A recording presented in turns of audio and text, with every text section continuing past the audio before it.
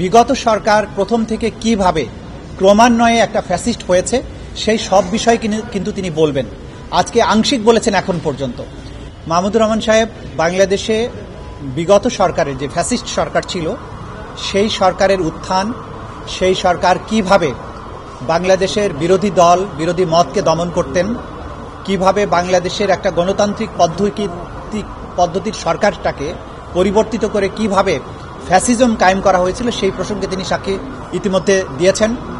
তিনি আরও সাক্ষ্য দিয়েছেন যে এই আন্তর্জাতিক অপরাধ ট্রাইব্যুনালকে সেই সময়ের সরকার কিভাবে তাদের স্বৈর শাসনকে নিরাপত্তা দেওয়ার জন্য, স্বৈর শাসনের হাতকে শক্তিশালী করার জন্য ব্যবহার করা হয়েছিল, কিভাবে বিচার প্রক্রিয়াটাকে একটা তামাশায় পরিণত করা হয়েছিল, এইসব প্রসঙ্গে তিনি সাক্ষ্য প্রদান করেছেন ইতিমধ্যে এবং বাকি অংশগুলো তিনি আজকে বলবেন। তিনি ৪৬তম সাক্ষী।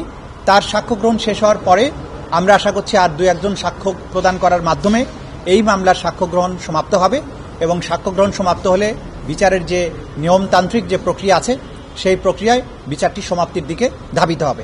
এটাই আজকে আপনাদের কাছে বলার মতো বিষয়। আপনারা সবাই জানেন যে তিনি আসলে পটভূমির ব্যাপারে সাক্ষ্য দেবেন।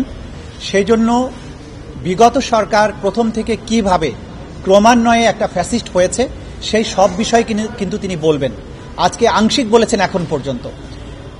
বিডিআর হত্যাকাণ্ড, শাপলা চত্বর হত্যাকাণ্ড এবং বিচার ব্যবস্থাকে ধ্বংস করা, এই কয়েকটা উল্লেখযোগ্য বিষয় বলেছেন। হিটলার যেভাবে দমন করতেন প্রতিপক্ষকে, এই সরকার যে আগের সরকার যেভাবে প্রতিপক্ষকে দমন করতেন হিটলারের মতো সামঞ্জস্যতা আছে, সেগুলো তিনি বলছেন।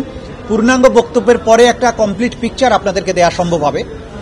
শেষ সময়ে বিশেষভাবে তিনি যেটা বলেছেন যে আদালত ব্যবস্থাগুলো যে তার ইশারায় চলত, আদালতগুলো যে তাদের কৃতদাসের ভূমিকায় অবতীর্ণ হয়েছিল, সেই বিষয়গুলো কিন্তু তিনি বলার চেষ্টা করেছেন।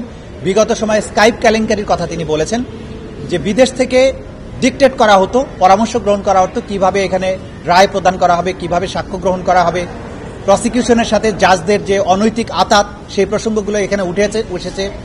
এরপরে এই ট্রাইব্যুনালের যিনি বিচারক ছিলেন তাকে এখান থেকে রায় দেওয়ার বিনিময়ে, অর্থাৎ রায় বলতে সরকারের ইচ্ছা অনুযায়ী রায় দেওয়ার বিনিময়ে তাকে সুপ্রিম কোর্টে বিচারক হিসেবে নিয়োগ করা, প্রমোশন দেয়া, এই যে পুরো বিষয়গুলো কিভাবে একটা ফ্যাসিবাদী রেজিম এরকম একটা দানবে পরিণত হয়েছিল সেই বিষয়গুলো তিনি বলা শুরু করেছেন। আংশিক বলেছেন, বাকিটাও বলবেন।